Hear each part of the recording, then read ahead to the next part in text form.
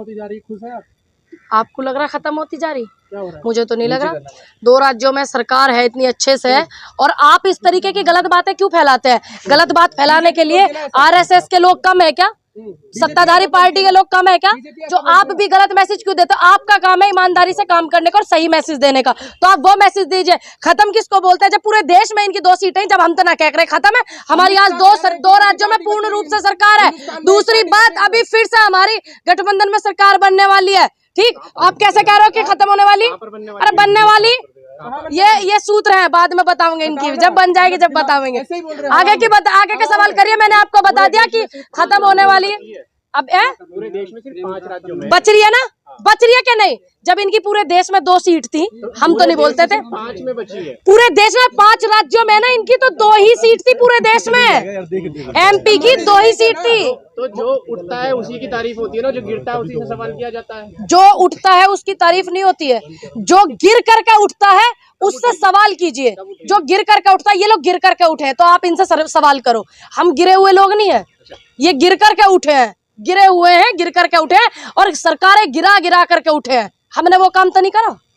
आजकल फ्री की रेवड़ी पे बात चल रही है, और कांग्रेस ने कल कांग्रेस की तरफ से प्रेस कॉन्फ्रेंस हुई, उन्होंने तो गजक की बात कर दी कि गजक ही आ रही है सीधे। वो तो सबको पता है, वो तो पूरे देश को पता है। जो लोग सारे उस पर गुंडली मार के बैठे हुए हैं सारी संस्थाओं पे, कभी कुछ बेच देवे, कभी कुछ बेच देवे, है ना, हाईवे बनवा देवे, पहली बारिश में वो हाईवे धस जावे, तो ये रेवड़ी लूट रहे, गुलगट्टे लूट रहे, दिल वाले कामन में कह दे।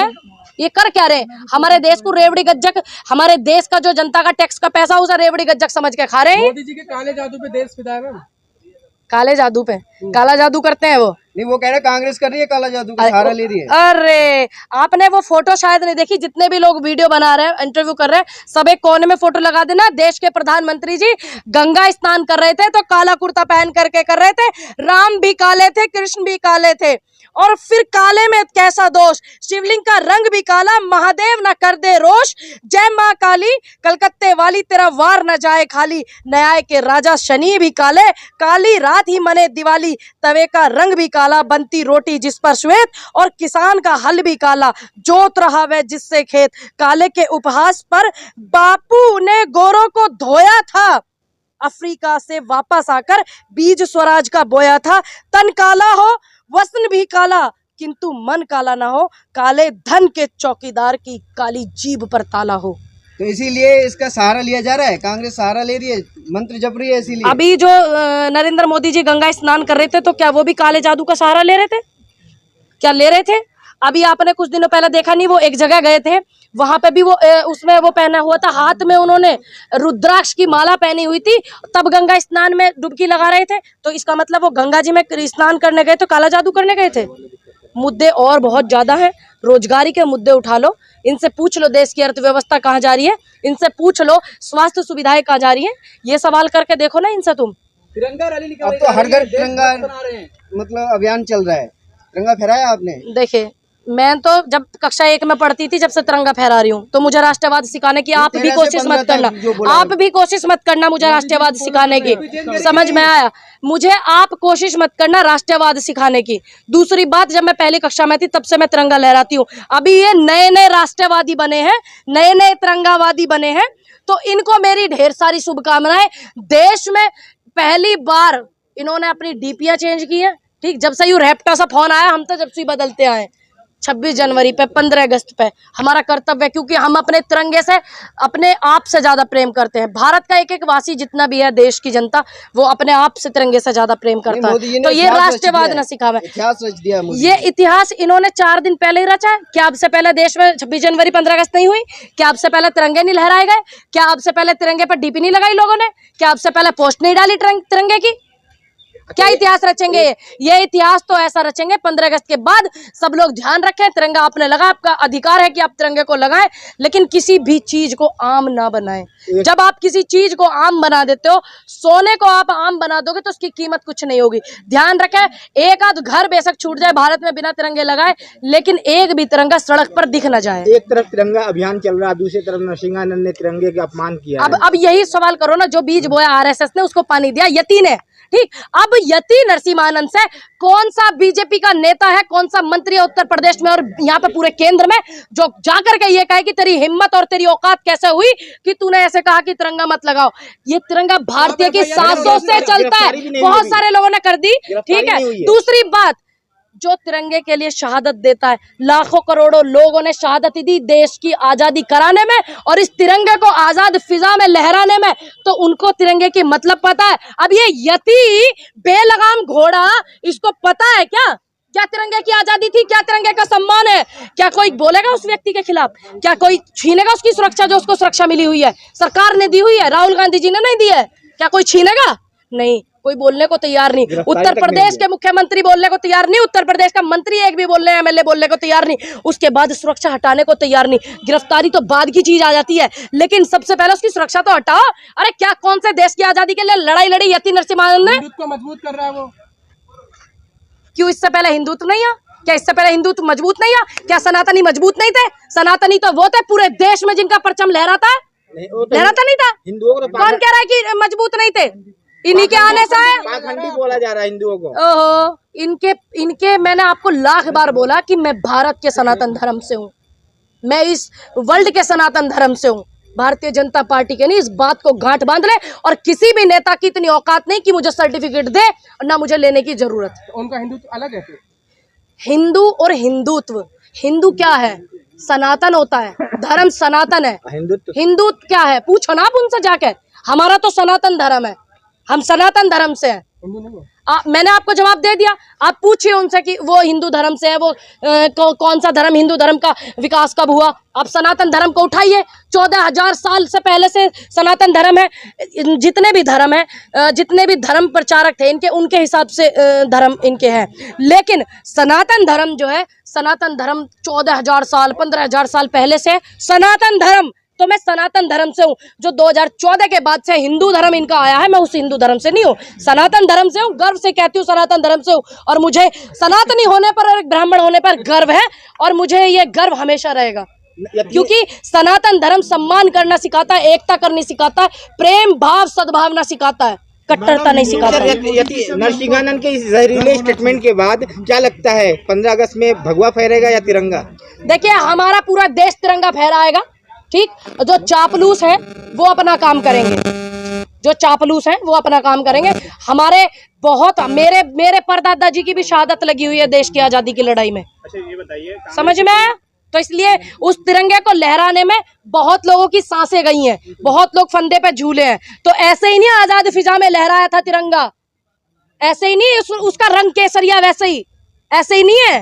कितने स्वतंत्रता सेनानियों का, कितने हमारे जवानों का खून है, तब जाकर के लहराया था तिरंगा। तो हमें उसकी कीमत पता है। नरसिम्हानंद की गिरफ्तारी के लिए क्या करेंगे आप? मैं यही बोलूंगी उत्तर प्रदेश सरकार से, अगर थोड़ा बहुत थार में बच रहा हो तो इस बेलगाम आदमी की गिरफ्तारी करें, इसकी सुरक्षा छीने, क्योंकि ये ऐसे 15 अगस्त के इतने पावन पर्व पर जो हमारे देश की आज़ादी हुई थी, इस तरीके के बयान दे करके, और हम सबको आशंका है कि ये जो है क्या बोलते हैं, हिंसा ना फैला दे, इस तरीके की चीजें करें। और हमारा जो 15 अगस्त 26 जनवरी और हमारा इतना बड़ा त्योहार जो है, ये इस तरीके का त्योहार है कि हम इसको शांति से पूरे देशवासी। किसी मुसलमान ने ये बात कही होती तभी यूएपीए लग चुका होता। यूएपीए लग जाता, या कोई और भी कहता, सिख भी कहता, तो भी लगा देते ये लोग। कांग्रेस क्यों नहीं आ रही है रोड पे इस बात को लेकर? अरे तुम कहाँ है वहाँ दिन? तुम वहाँ के है कि नहीं थे? उस दिन थे नहीं, तुम नहीं थे। आप ये देखिए, एक बात बताओ, अब तुम एक तरफ तो मुझे नु कह दो यो कांग्रेस है ना, अरे एक तरफ मुझे तुम कांग्रेस नहीं कहते, अब मैं विरोध कर रही हूँ तो आप मानिए ना। वो तो आप राहुल के लिए लड़ रहे थे ना, राहुल गांधी जी के लिए, महंगाई के लिए लड़ रहे थे। आप यहाँ गलत है, आप यहाँ गलत है। हम महंगाई के लिए लड़ रहे थे, सबको पूरे देश को पता है। इसका मतलब तुमने पढ़ा नहीं, देखा नहीं, तुम आए नहीं थे, झूठ बोल रहे हो तुम नहीं आए उस दिन, मैंने देखा था तुम्हें। उस दिन महंगाई के खिलाफ देश में वो था प्रोटेस्ट, यहाँ पे ये AICC के बाहर, और यहाँ पे गिरफ्तारी हुई थी बड़े नेताओं की, तमाम नेताओं की। प्रियंका गांधी धरने पे बैठी, महंगाई के खिलाफ था। आज तक भी ईडी के विरोध में हमने कोई प्रोटेस्ट नहीं किया अपने नेता को बचाने के लिए, क्योंकि हमें पता हमारे नेता सही हैं, इसलिए नहीं करा। हम तो सिर्फ अपने नेता के साथ उस सत्याग्रह में चलना चाहते हैं। तुम्हारी हालत कैसे गीली हो रही है, काय को हो रही? अब एक बात बताइए, हम उस देश के वासी हैं जिस देश में आज मौजूदा प्रधानमंत्री जी भी कहते हैं कि गांधी के देश से आया हूं, तो हम गांधी जी की नीतियों को मानने वाले और उनके संविधान पे, उनके स्वाभिमान पे, उनके सम्मान पे मर मिटने वाले लोग हैं। हम उनकी नीतियों को मानते हैं। हमारा काम है लोकतंत्र देश में, हम आंदोलन करेंगे, लेकिन इनकी तरह डंडे नहीं बजाएंगे। जिनको 14 में आजादी मिली, क्या वो भी आजादी का अमृत महोत्सव मनाएंगे? देखिए, जिनको 14 में आजादी मिली भैया, मेरा तो देश, कंगना रनौत ने कहा, देखिए मेरा तो देश जो है 1947 में आजाद हो गया। हाँ ठीक है, तमाम आप लोगों का भी होगा। आपका हुआ देश आजाद नहीं हुआ, आप अपनी बताओ। हो गया था 1947 में, सारे पत्रकार बताओ, हुआ था? तो फिर उस 2 पैसे की उसके लिए क्या कहोगे आप? अब एक बात बताइए, नए नए हिंदू बने हैं, नए नए राष्ट्रवादी बने हैं, तो आप सारे पत्रकारों से भी मैं अपील करती हूँ कि आप ढेर सारी शुभकामना दें उनको। नए नए राष्ट्रवादी बने हैं, अभी जो बिहार में सरकार नया नया आजादी का महोत्सव मना रहे हैं वो। अभी बिहार सरकार पे आरोप लग रहे हैं कि पीएफआई का इसको आप 2 कौड़ी का बोल रही है। इंस्टाग्राम पे करोड़ों युवा उसके फॉलोवर्स हैं। अब एक बात बताइए, अब आप इसमें कितने सारे, हमारे जितने भी भारत में आप रहते हैं, हमारे भारत की संस्कृति क्या कहती है ये आपको भी पता है और हमें भी पता है। ना तो हमें किसी के पतीले में झांकने की शौक है और ना ही किसी के कपड़े पहनने पर। बाकी फॉलोवर्स तो इससे ज्यादा भी है। आप निकाल करके देखना, जितनी बिकनी गर्ल है मैम बिहार में, जितनी भी बिकनी गर्ल है, सबके निकाल के देख लेना। मैम जो बिहार में सरकार पलटी हुई उस पे आरोप लग रहा है कि पीएफआई का उन्होंने एमपी में ड्रामा करा, फिर उसका क्या कहेंगे? मतलब ये इनका मतलब ये करे तो हिसाब और हम करे तो। आखिरी सवाल है, ये बताइए कांग्रेस इतनी को कैसे पिछड़ी हुई लग रही? तो आप जो पढ़ लिख करके यहाँ खड़े हैं ना, तो वो कांग्रेस की वजह से खड़े हैं। आप इस बात को दिमाग में रखिए कि आपको अगर आज इतनी आजादी मिली है तो वो कांग्रेस की वजह से मिली हुई है। आपका सवाल क्या है? मैंने सुन लिया आपका सवाल। अब एक सवाल को आप 4 बार रिपीट करो। आप जो इतनी आजादी से काम कर रहे हैं ना, यहाँ भारत में रह करके दिल्ली में खड़े हैं, तो ये सिर्फ कांग्रेस की वजह से है। और आपने जितनी भी पढ़ाई लिखाई की है ना, तो वो सभी संस्थाएं कांग्रेस की थी। आप इस बात को ध्यान में रखिए। कांग्रेस इतना पीछे क्यों चल रही है? गुजरात में धड़ाधड़ केजरीवाल रैलियां सभा कर रहे हैं, महंगाई पे बोल रहा है, फ्री की रेवड़ी पे बोल रहा है। कांग्रेस उनके बाद जाके जागती है, सोती रहती है। जब केजरीवाल मैंने आपके 4 सवालों का जवाब एक ही जवाब में दे दिया। तो मैं यही तो पूछ रहा हूं, आप जो खड़े हैं वो सिर्फ कांग्रेस की वजह से खड़े हैं। आप जो पढ़ रहे हैं वो कांग्रेस की वजह से, आप मुझसे सवाल कर रहे हैं वो कांग्रेस की वजह से। आप जो कर रहे हैं, सबका अपनी अपनी एक रूपरेखा होती है पार्टियों की। भाई अपने सत्ताधारी पार्टी का अलग काम है, वो अपनी रूपरेखा किस तरीके से बनाए, और हमारी पार्टी का अलग है। विपक्ष जितना भी है उसका अलग काम है, सत्ताधारी पार्टी का अलग है, केजरीवाल जी का अलग है। गुजरात के चुनाव आ रहे हैं, आखिरी सवाल है मेरा। केजरीवाल जी पे तो उस लड़की को पैसे न दिए गए जो वो राबी आई, और लड़की जो जिसका चाकू ऐसा गोद का वो करती थी है, उसकी एक बहन जो 11वीं क्लास में पढ़ रही, नौकरी तक न दी गई। चक्कर काट काट के वे थग्गी छोरी, उसका भी मेरे पास फोन आता है। 10-20 लाख रुपए दे देते, कुछ बिगड़ रहा है इनका। चुनाव जो है गुजरात का, जो मोदी जी का किला है, कोई हिला नहीं पाया। अच्छा, अब क्या होगा? लग रहा है कुछ कर पाएगी? चलो आप और हम दोनों सहयोग करते हैं इस देश को बचाने में, इस देश की महंगाई को कम कराने में, इस देश के युवा को आगे बढ़ाने में, इस देश की शिक्षा को मजबूत करने में। तो कांग्रेस कब रोड पे निकल रही है? अभी तो लिख रही थी, तुम उस दिन कहाँ हैं? तुम कहाँ चले जाओ जब रोड पे लिखना है। और हम तो कल भी रोड पे, आप आमंत्रित हो मेरे घर पे। तिरंगा यात्रा होगी 14 तारीख है कल, मेरे घर, मेरे पैतृक गांव इस्माइलपुर में, तहसील सिकंदराबाद में। आ जाना, आप आमंत्रित है। और आप देखना, हमेशा मेरे पेज वगैरह देखे करो, मैं हमेशा रोड पे ही होती हूँ। तो कांग्रेस का एक कार्यकर्ता सड़क पे है तो मानिए पूरी कांग्रेस है, अगर पूरी कांग्रेस सड़क पे है तो मान लीजिए एक कार्यकर्ता सड़क पे है। चलिए, धन्यवाद।